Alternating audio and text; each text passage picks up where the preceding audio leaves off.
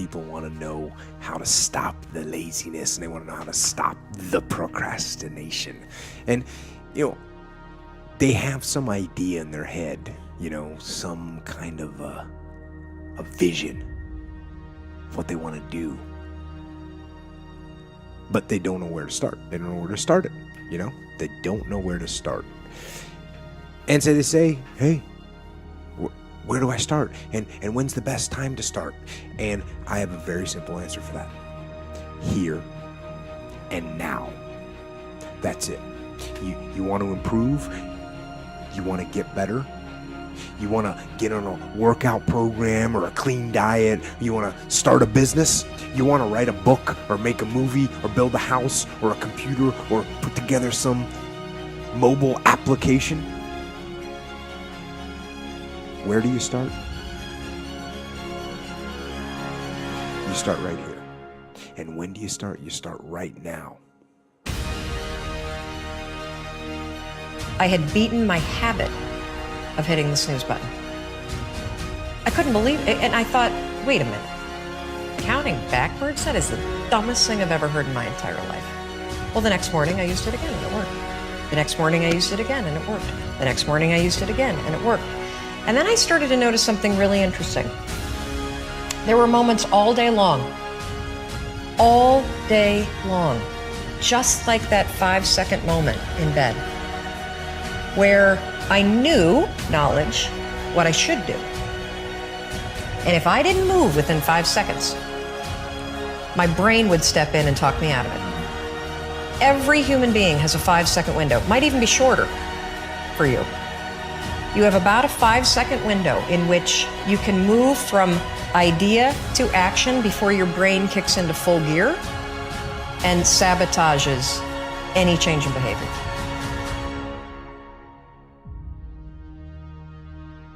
Because remember, your brain is wired to stop you from doing things that are uncomfortable or uncertain or scary.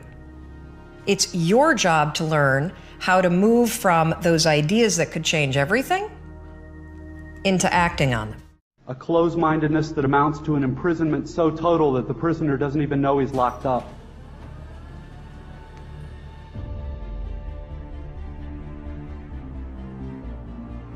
The most powerful tool that you have right now in your life, in your body, is your mind.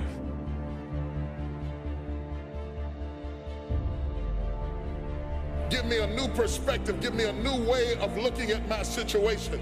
Give me a new way of looking at my circumstances. Get my mind ready for this year. You can't please everybody.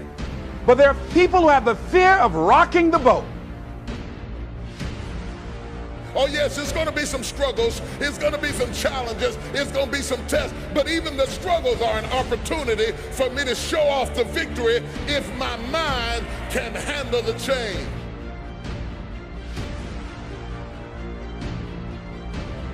The life is too short for that.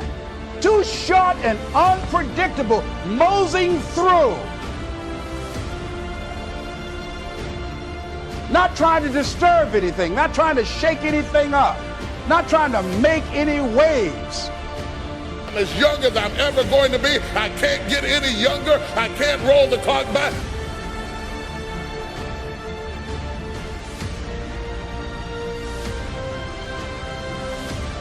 You are wasting time. You have to let the past go and step over into the future.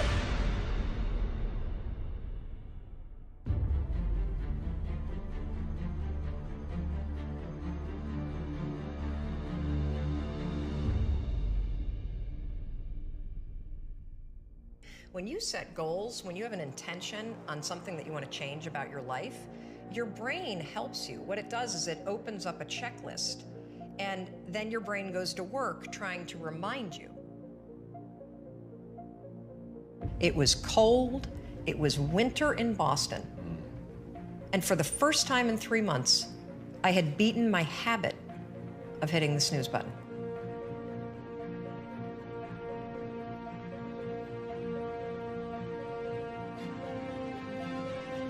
And it's really important to develop the skill Before you are boxed and buried, decide that you're going to box and bury your fears. Decide that you're going to begin to live life on a new level, seeking out new horizons, that you're going to find more love and more joy and more ways to give. I wanted to change my life.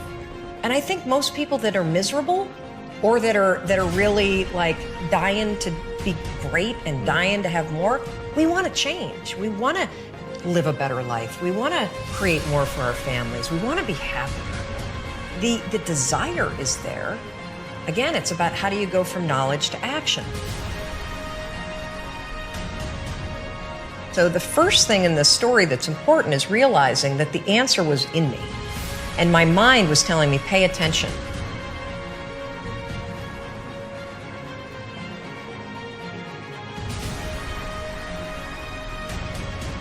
So when you begin to say, what is it that I want to leave?